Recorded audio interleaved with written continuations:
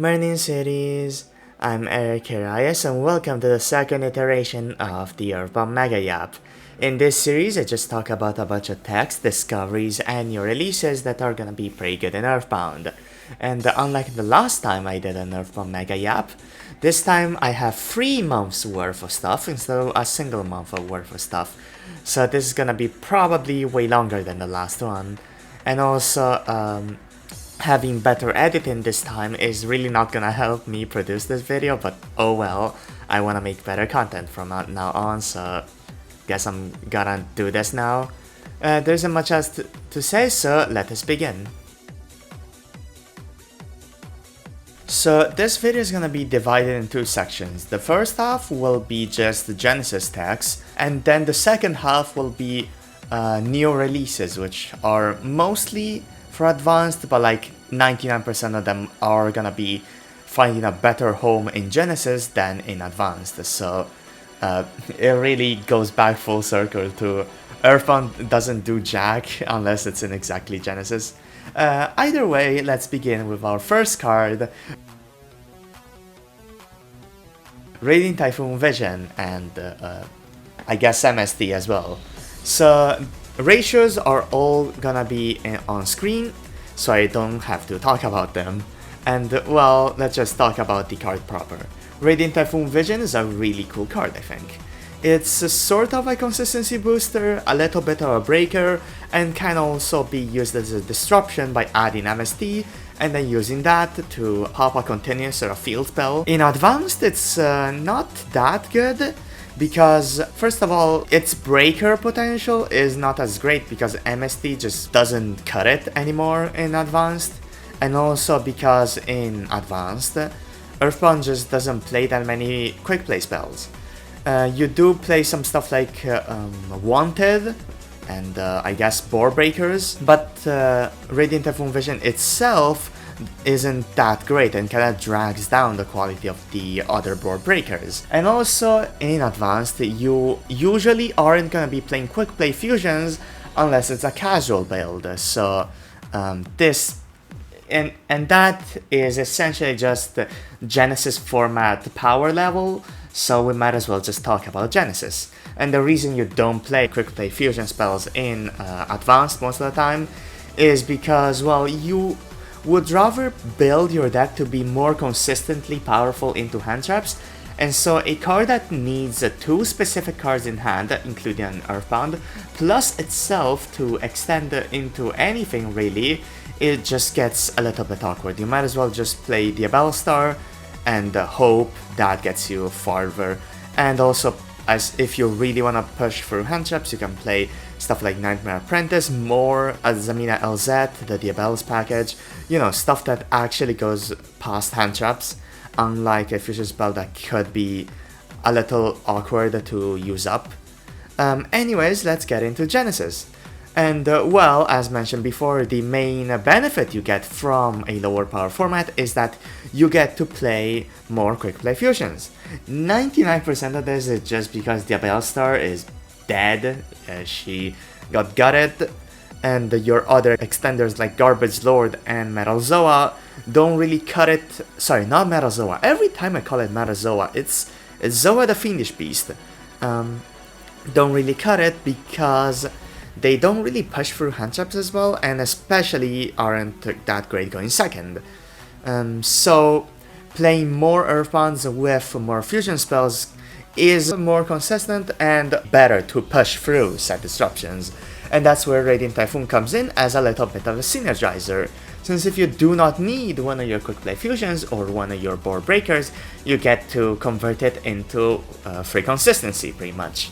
And speaking of board breakers, you get a bunch of them, including MST of course, which is fine, but also you get stuff like Final Bringer of the End Times, which is a staple in Earthbound because it can push through targeted disruptions, and it can act as basically Fallen in the Virtuous if there's a field spell on board alongside Groundkeeper, since that protects it and all of your board from destruction. You also have the option of Book of Eclipse, Forbidden Droplet, Chalice, Super Poly if you have the space, although I would rather not play that because extra deck space is really tight and points would rather be spent somewhere else.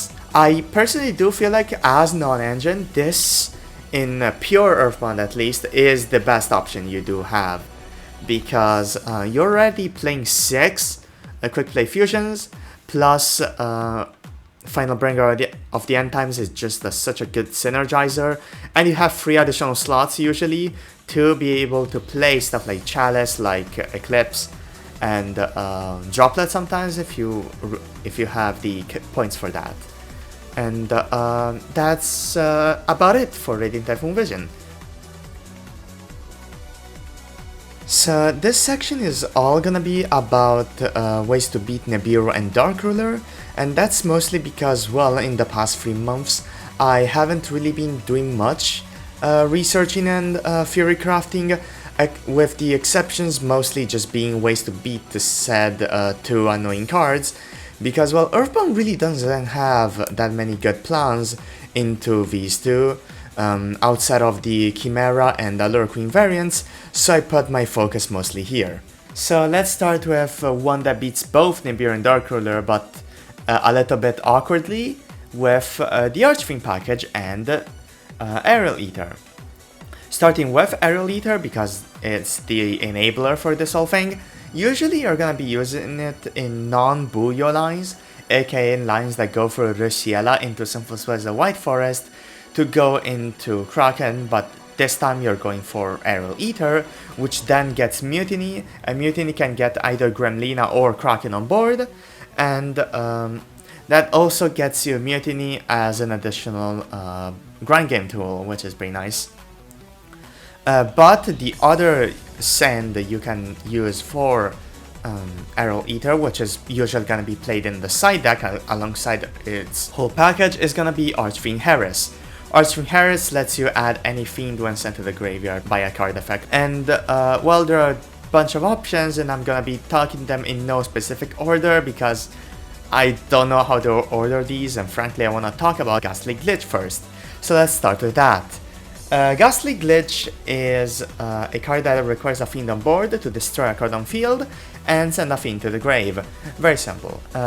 It can be a little bit awkward into Nibiru because, well, it requires a fiend on board, but Aerial Eater's Revive, banishing Harris and Booyo or Walker is still fine. Like, but even if they slam Nibiru into Eater, usually you're gonna be using an additional Nova you have in rotation to hopefully either get a Kraken on board, or to get Griffin into Kraken, or if you have neither in the extra deck anymore, you can just get a Groundkeeper and hope that gets you through the turn, and still have Archfiend's Ghastly Glitch live. Which is not too bad because Ghastly Glitch can send Forfeit to the graveyard, and that gets you an additional disruption, so that's 2 pops against the Synchro and Fusion deck, Synchro and Xyz decks. That's gonna be pretty good since you're eating 2 cards. And also, if you really don't have the option of Nova, but if you have 1 in hand, you can still use a Ghastly Glitch to send that whilst you have Eater on board, to try and get Kraken in rotation so that you still have something, although having Kraken can still be a little bit awkward because, well, Kraken is by itself a little bit awkward of a disruption since your opponent can play around it pretty well if they know what they're doing. That's it for Ghastly Glitch. Let's talk about something that's not nearly as good, that being Simmel Archfiends. I really don't like this card. It is searchable, and it's not good. If your opponent knows about it especially, it's not good. Like, they can just summon their most important monster first, they do not care anymore. Like, this card is really not good. I would really not recommend it. So let's talk about something that I would sort of recommend more, that being Archfiend's Jest.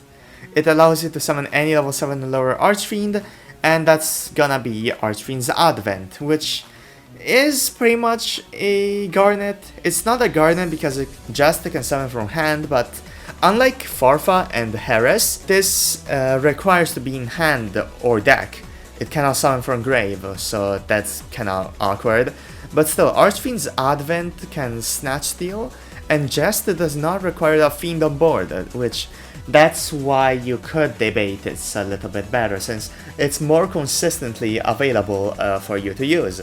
Since your opponent cannot eat it with Nibiru, and you don't require Nova to have any sort of disruption around, which does make it a little bit more consistent in the sense that it's always functional. And speaking of just it's a card that's being released in Burst Protocol. And speaking of Burst Protocol, here's Archfiend's strategy game, which I personally do feel like will fully replace Harris as the searcher, since this is a little bit more consistent and way better to play, and could probably let you play this package main deck, since it's not really the worst thing ever. So a strategy game lets you banish a fiend from hand or grave to add any Archfiend card from your deck to your hand. And this is the same function as Harris, except you're gonna be grabbing it off a Kraken, meaning that in the non-Booyah lines, you don't need to waste your Ether search on Harris. You can just directly go into Booyah, into Mutiny, into Kraken, and this just gets you Ghastly Glitch or Jest. That's really it. It's really simple.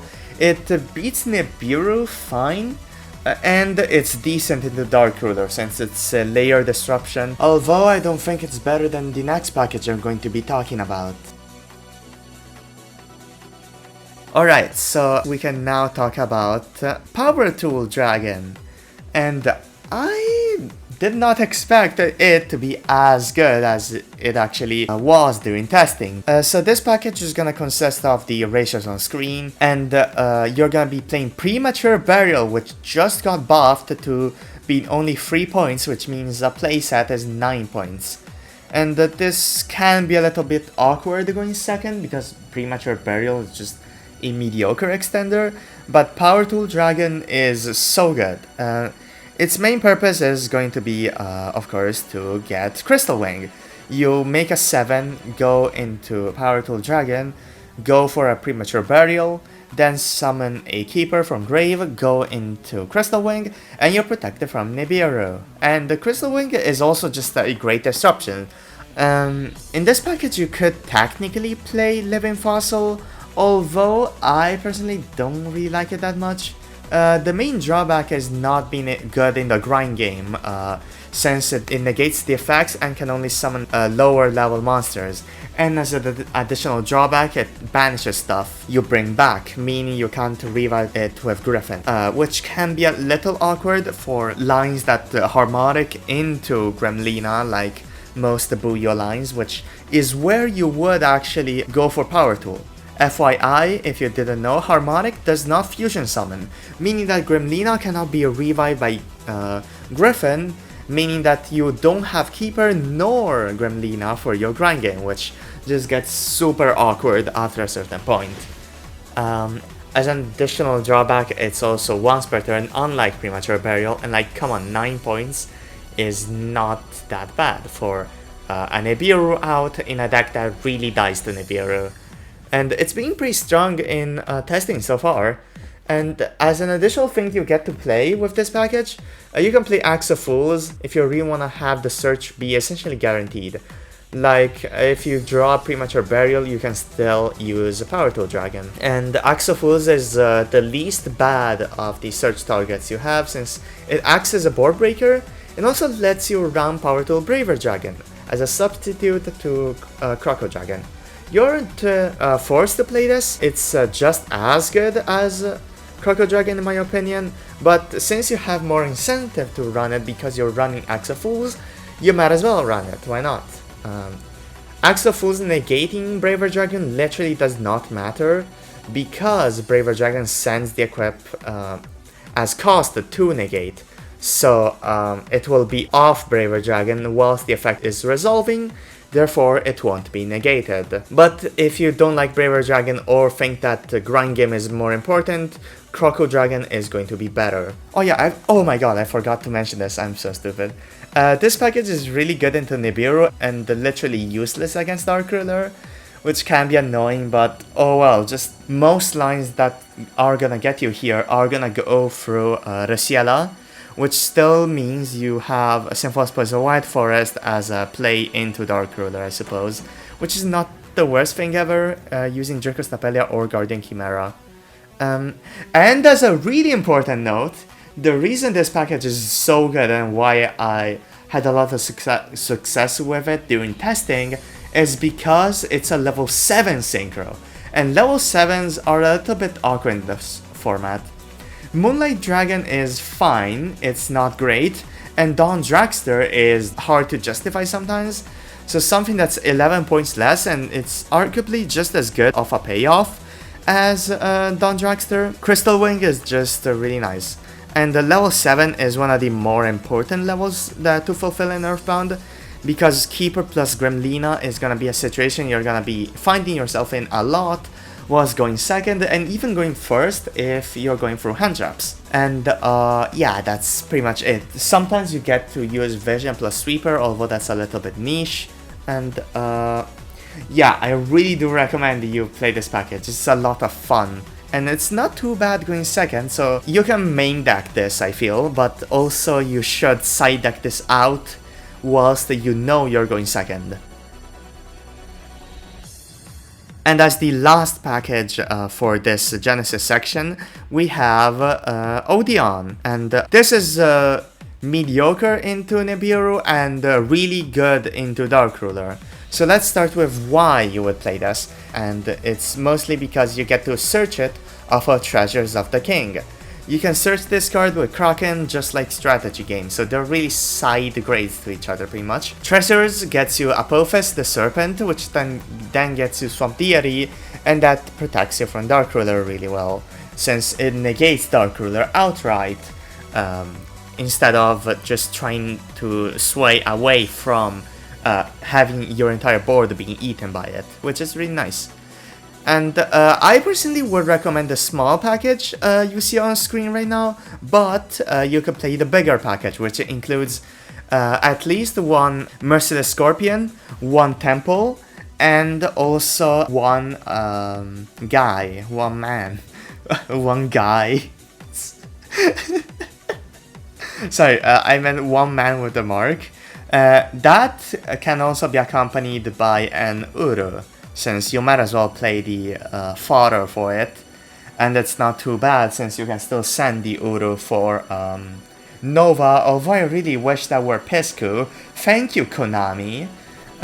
Anyways, last thing to mention about this package is Divine Serpent Apophis, since this is just decent grind game, and it's even better if you have Temple of the Kings around, since you can just activate Serpent plus some deity, summon this guy, set them back, and that's both an additional disruption with Divine Serpent, but also you can use Divine Serpent as just an additional body, you might as well. Although the problem with this package is just that it's a bit awkward against Nibiru, since if you activate Serpent early, that means your opponent can Nibiru crash into the Serpent, and that makes Swamp Deity useless, and that just means that you need to find a really good time to use it, and the on-summon effects are just not able to be negated pretty much, especially because if you're going for Divine Serpent, you can't go for Divine Serpent because they just Nibiru you on Divine Serpent.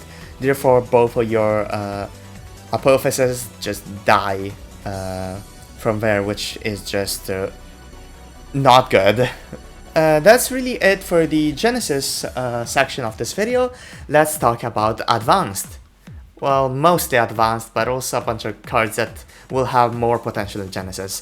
Anyways, let's just get into it, you know? Alright, so two generic level 8s are coming in Burst Protocol, so let's talk about both of them.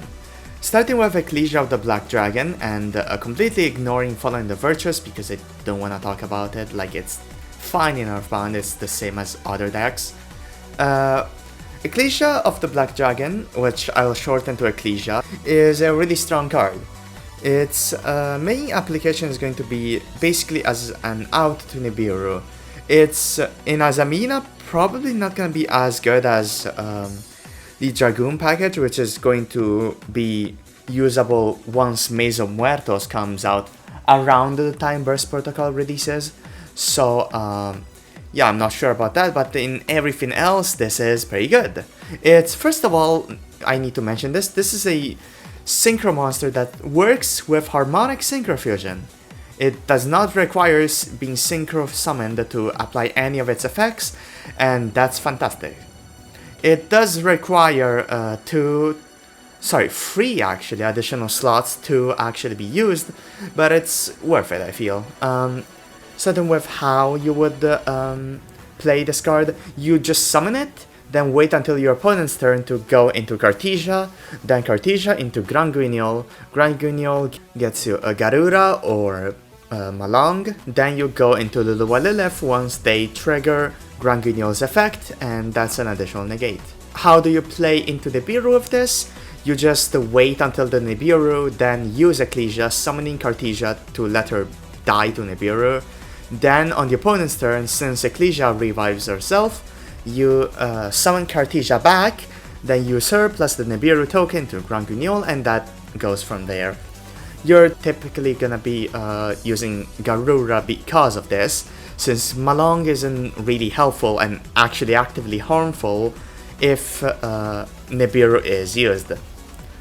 And that's pretty much the entire thing. Ecclesia also has a graveyard effect, which lets you shuffle Grand Guignol or Geokraken or Moa Regina in lines that use that to shuffle a card into the deck, and that's pretty good removal in the Grand Game.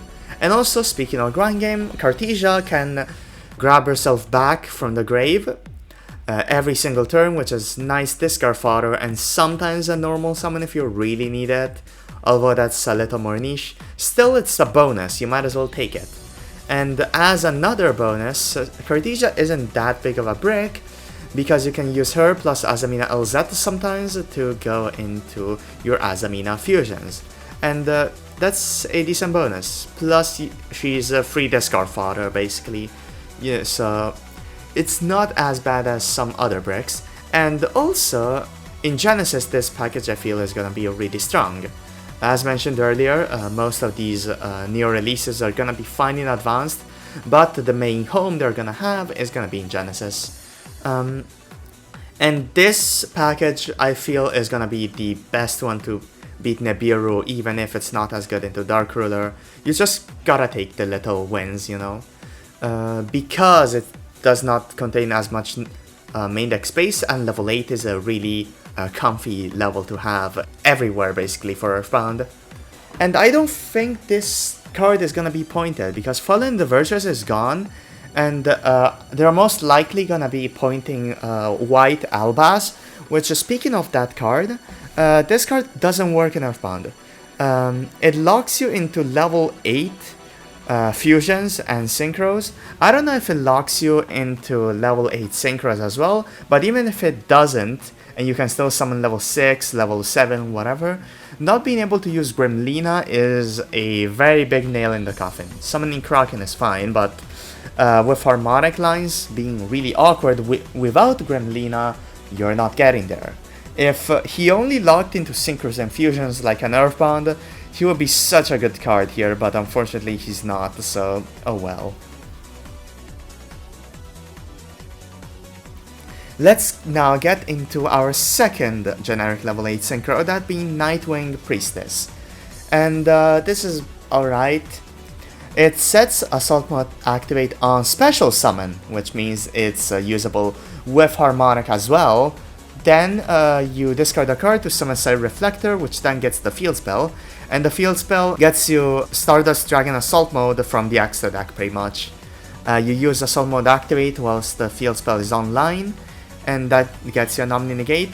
Although the big problem here is just that it locks you out of fusions, which can be awkward in a one-card combos, with Reciela into Azamina LZ into Symphos Puzzle White Forest, but the payoff of an additional Omni Negate, plus you still get to use Cypher Reflector, plus Nightwing Priestess to go into a level 9 like Croco, it's pretty decent still. I do feel like this package is awkward, to say the least. You're playing 4 bricks at minimum. You could mitigate it a little bit by playing Emergency Teleport, but it's just a bunch of bricks and it's hard to justify, frankly. I don't think this is gonna be very good, but some people are saying that this is crazy because it gets you an Omni-Negate. I really wish people stop going, oh, there's an Omni-Negate, that's broken, and you gotta play the package. Like, you need to consider bricks in deck building. You need to consider consistency and extra deck slots, flexibility, the grind game. This package is one and done, like most of them, to be fair. But if you're playing a bunch of bricks, you better make sure they're actually being used throughout the whole duel, instead of being one and done and just clogging up your hand a bunch. So I don't think this is gonna be really good, unlike Ecclesia the Black Dragon, even though she requires 4 extra deck slots. Well, more like 3, because level 8 generics are pretty free to play still. You're always playing Griffin plus Axel Stardust for a reason, and Draco Berserker is usually the third one, but Ecclesia is also a pretty strong card. With the level 8s out of the way, let's talk about I don't know how you know what, screw the transitions, let's get into the next section. So the newest Shaddoll boss from Terminal World 3 makes Shaddoll Fusion into full Earthbound combo. So starting with the boss itself, if you don't know the effects, it requires a Shaddoll, a Dark, and an Earth, and is unaffected by everything pretty much. And also it lets you grab Void Apocalypse, which is a free mill for any fiend. Although sometimes you don't even need it, I would still play it, because this is gonna be a package that's mostly used in Pure or Genesys if they don't point this card. So this lets you get Void Apocalypse alongside a mill of a Dark, which could be an Earthbound, but usually you're gonna be milling the second Earthbound between Vision and Nova. The reason you're milling those two specifically is because you can use Vision to grab Gaia. Gaia grabs a second Nova, and then you can use the first Nova engrave to send the second to go into Keeper, into whatever you want, really. Gaia can also grab Fiend Peace Golem, which I'm gonna be talking about in a little bit. But back to the Earth material, which is important to mention here, you can send Transient Magician of Illusion. Masquerader, whatever it's called.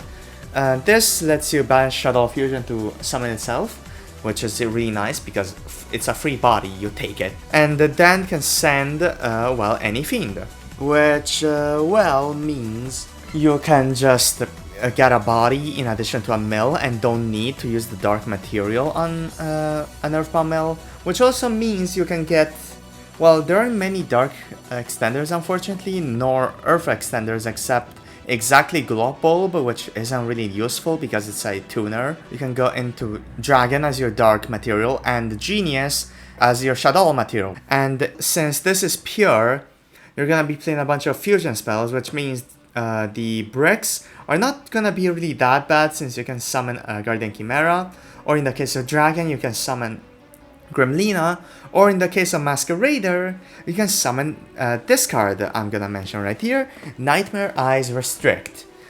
This is a monster you can summon with any Fiend, Illusion, or Spellcaster, which means it fits decently well in Azamina and Allure Queen in Genesys. It's overall a decent card to be made with Symphos Poison White Forest, although sometimes you're better off making Draco's Tapelia, in some others you just cannot make it, or Guardian Chimera, so Nightmare Eyes Restrict is overall just a really nice additional card you can play. And yeah, that's it for this section. Now let's talk about Red Dragon Archfiend. So the Red Dragon Archfiend cards are really good for us. Well, and we're gonna be taking everything they get for ourselves because, well, we don't really have much good stuff to work with. So starting with the most important card this way for us, here is Fiend Peace Golem. This is an extender you get to search off Crimson Gaia, and it fully power creeps Garbage Lord, which wasn't a high bar, but like, you know.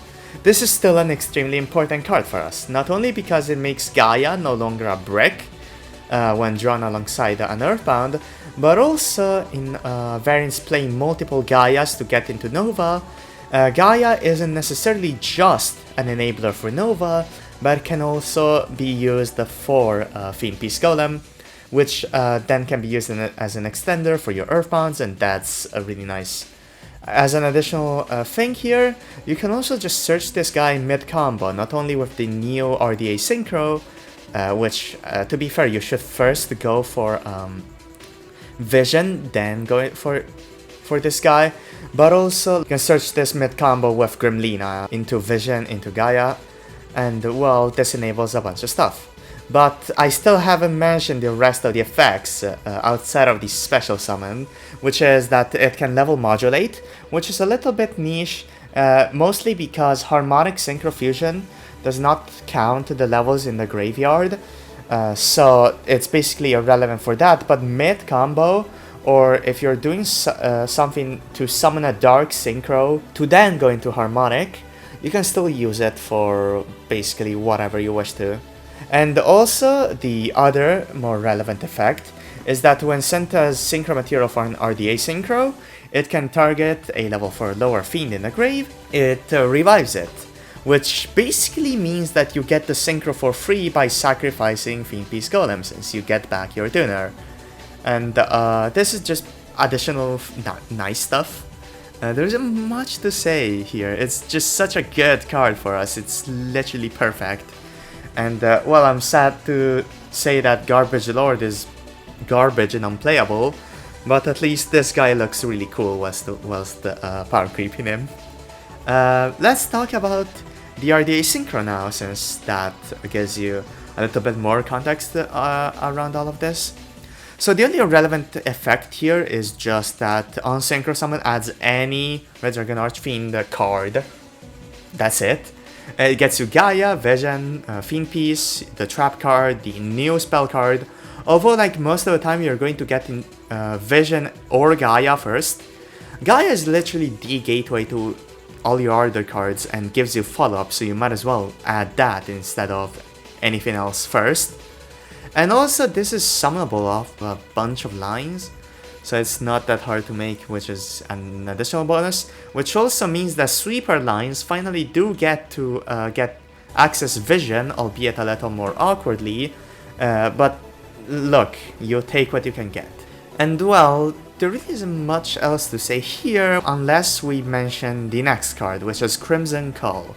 Crimson Call adds any Fiend that is level 4 or lower from grave to hand, or if you control an RDA Synchro, aka the Crimson King, you can add it from deck, which most of the time will just mean a Groundkeeper, but also this can search yugioh, and that's pretty much the only other relevant search target outside of, like, exactly Skullmeister, but like, you don't care about that.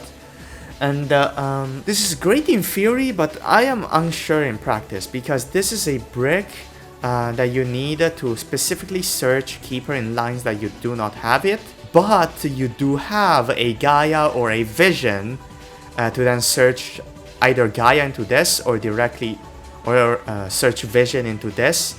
So like in Azamina, you would have an Azamina on board, then use Vision plus that into Crimson King, grab Call and the Trap, and then Call for Keeper, go full combo from there.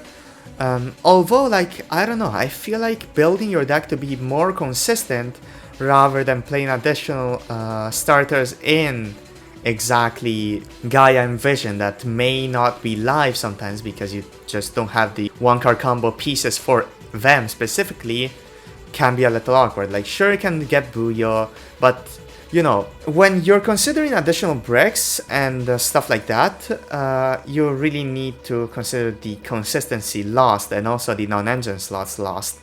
And yugioh, in advanced at least, isn't worth playing Crimson Call for. But if this is Genesys, Crimson Call is, I feel like it's decent. So, editing error here. I just cut off a gigantic part of the yap that was just me going on and on about why Crimson Call isn't as good as it would be in theory in Genesys, but in reality it's gonna be a really good in Genesys because yugioh is such an integral part of your game plan, not only because it's a good extender, but it's also a great grind game, a way to go into Ether for additional Anti-Nibiru lines. it's definitely gonna be a card worth running there. We can now go back to the rest of the Yap. And I have mentioned the Trap a lot, so here's Ruler's Rumbling. This is a cool card.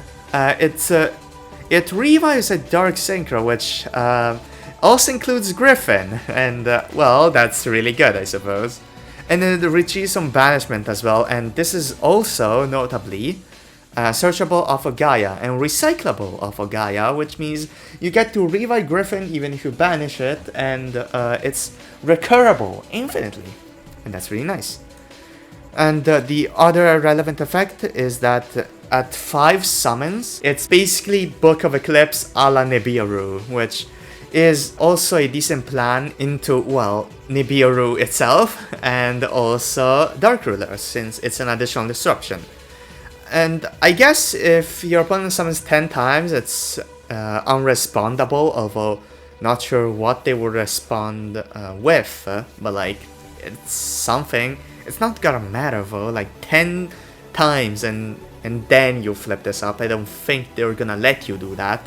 That's it for the RDA section. Oh my god, so many good cards, it's unreal. I'm gonna make a video on these cards once they actually drop in Blazing Dominion, not only for Advanced but also for Genesys, of course, and it's gonna be so great.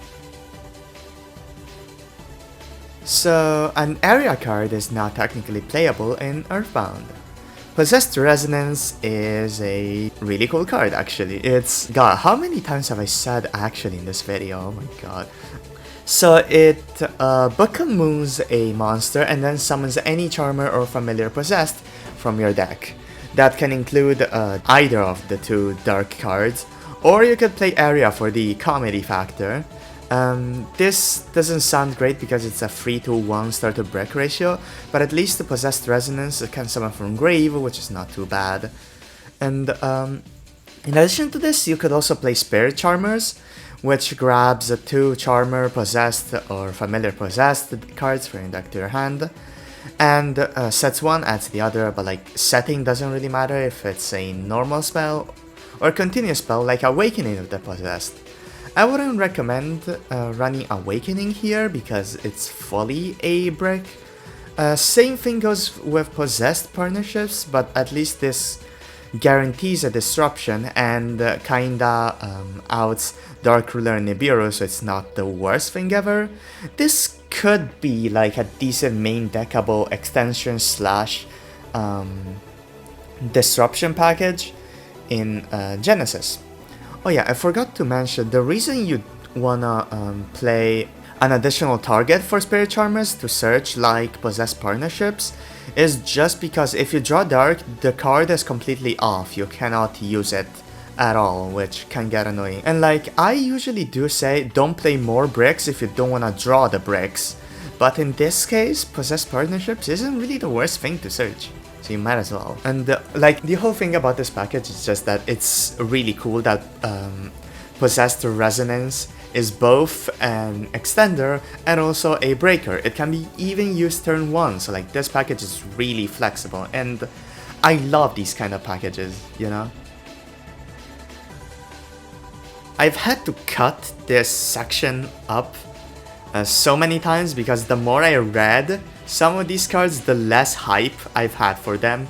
And like, yeah, the Dark Magician, Stardust Dragon, and Crimson Dragon retrains are just not worth it in Earthbound when they're outclassed by so many other packages. The Dark Magician retrain may have some use cases as a sort of extender that can also be Harpy's Feather Duster, and the Stardust Dragon retrain is kind of just worse.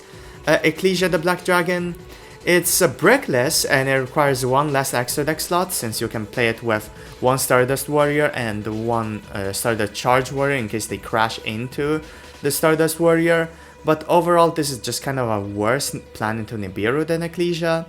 Regardless, I'm not gonna dwell too much on these, let's talk about the cards I'm actually here to talk about. Starting with Apex Polymerization, and this is a really good card. It can target any Dark Fiend on the board, summons GeoGremlin, then gets you GeoGremlina or Kraken. The reason you summon GeoGremlin is because he's the most disposable out of your entire Earthbound extra deck. so you might as well. And plus you're playing him only for corner cases, so like, yeah, he's very disposable. Still, summoning Gremlina is really good. It eats up hand traps really nicely, and can target any Dark Fiend, which is one of the rare times where a non-Earthbound card can start Earthbound combos, just like Vision or Gaia, once the RDA support comes out. This card guarantees access to your Earthbound stuff pretty much with any Dark Fiend, including yugioh, Vision, Zoa the Fiendish Beast. It's really nice. And also this can just summon Dracostapelia as an additional disruption, or the last card I'm gonna be talking about for today, which is the Starving Venom Retrain. And this card is really good, mainly when summoned on the opponent's turn, but also just as an endboard piece. It can be summoned with any dark monsters on the field, which gives me some questions as to if you're able to summon this off of Harmonic. On summon, it can negate the effects of a monster, reduce its attack to 0, and make it a dark. And making it a dark is very important for the next effect. It can summon any dark fusion using itself and any dark monster on the board, including your own monsters in case, well, I don't know, they remove the monster ASAP. But it can also just, you know, just eat your opponent's board, which is insane, to then get Dracostapelia. This card is so good as an endboard piece, and you can also just summon this going second, using Keeper plus Walker on board, whilst you have protection from Prison. And this is especially gonna be powerful in Genesis, but it's not bad in Advanced either.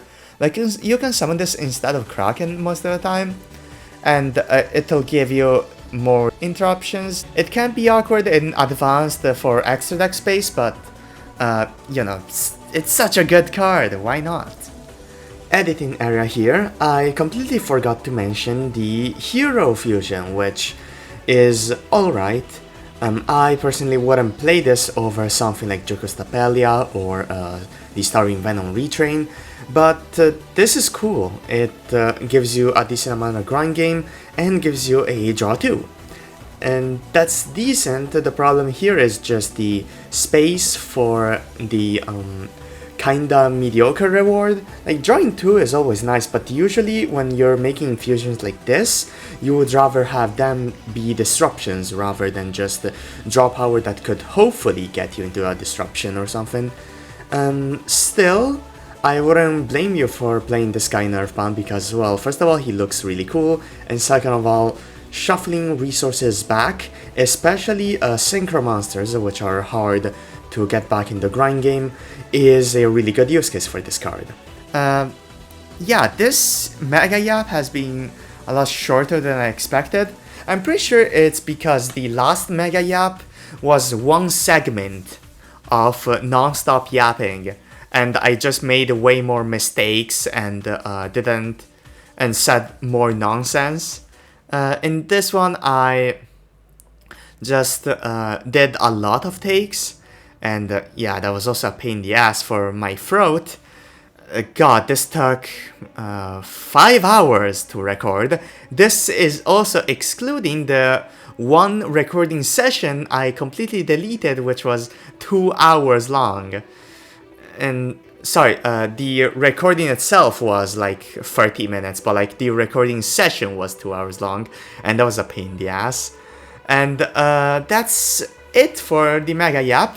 I'm gonna be working on my Chimera Bound video right now, and well, once I finish editing this and hopefully this comes out for Christmas, that's gonna be it. Peace.